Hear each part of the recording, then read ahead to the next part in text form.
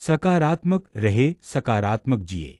बहुत सुंदर संदेश। इंसान के अंदर जो समा जाए वो स्वाभिमान, और जो इंसान के बाहर छलक जाए वो अभिमान। समझदार व्यक्ति वह नहीं जो ईंट का जवाब पत्थर से दे। समझदार व्यक्ति वो है जो फेंकी हुई ईंट से अपना आशियाना बना लेपटने।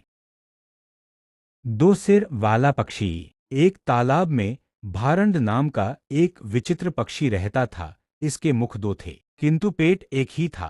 एक दिन समुद्र के किनारे घूमते हुए उसे एक अमृतसमान मधुर फल मिला। यह फल समुद्र की लहरों ने किनारे पर फेंक दिया था। उसे खाते हुए एक मुख बोला, ओह कितना मीठा है यह फल। आज तक मैंने अनेक फल खाए, लेकिन इतना स्वादु कोई नहीं था। न जाने किस अमृत बेल का यह फल है। दूसरा मुख उससे वंचित रह गया था। उसने भी जब उसकी महिमा सुनी तो पहले मुख से कहा, मुझे भी थोड़ा सा चखने को दे दे। पहला मुख हंसकर बोला, तुझे क्या करना है, हमारा पेट तो एक ही है।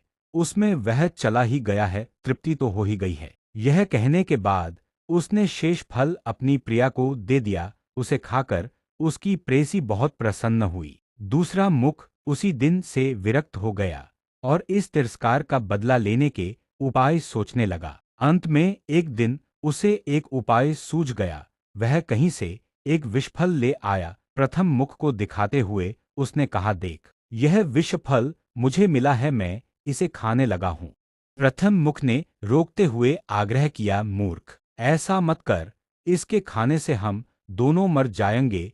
द्वितीय मुख ने प्रथम मुख के निषेध करते करते अपने अपमान का बदला लेने के लिए विषफल खा लिया। परिणाम यह हुआ कि दोनों मुखों वाला पक्षी मर गया। सच ही कहा गया है कि संसार में कुछ काम ऐसे हैं जो एकाकी नहीं करने चाहिए।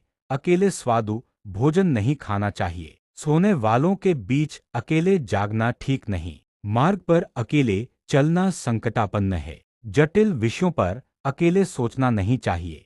सूरज की ओर। बहुत पहले की बात है, एक आदमी ने सूरज की ओर जाना शुरू किया। उसे रास्ता नहीं पता था। रास्ते में उसे अनेक कठिनाइयां आईं, लेकिन वह चलता रहा। जब सूरज डूब गया वह वहीं रुक गया।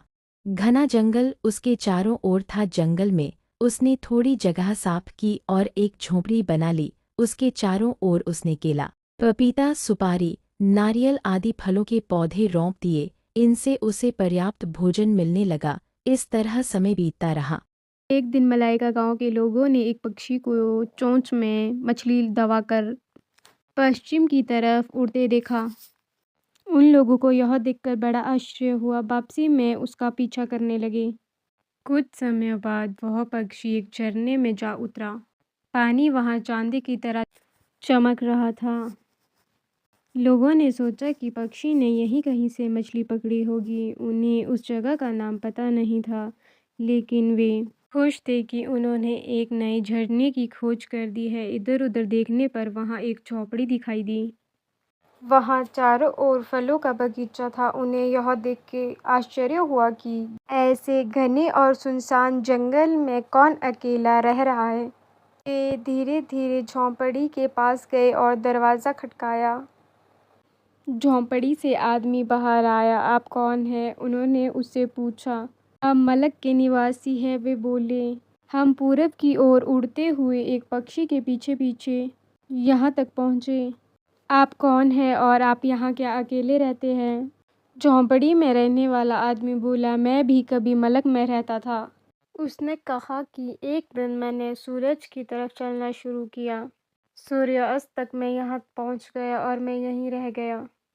यह सुनकर मलकवासियों ने उसे अपने गले से लगाया और फिर से मिलने का वादा किया और फिर वे अपने गांव वापस लौट गए। एक दिन उसे पता चला कि उसकी झोंपड़ी पे नमक का एक भी कण नहीं बचा है। वह नमक की खोज में झोंपड़ी से बाहर निकल गया। कुछ दूर चलते उसे एक अन्य व्यक्ति मिला। उसने पूछा, नमस्ते भाई, आप कौन और कहाँ से आए? दूसरा व्यक्ति बोला, मैं दूसरे गांव से आया हूँ और यहाँ काफ़ी समय से रह रहा हूँ। वे दोनों अच्छे दोस्त बन गए। कुछ समय बात करने के बाद वे अपने अपने रास्ते चले गए।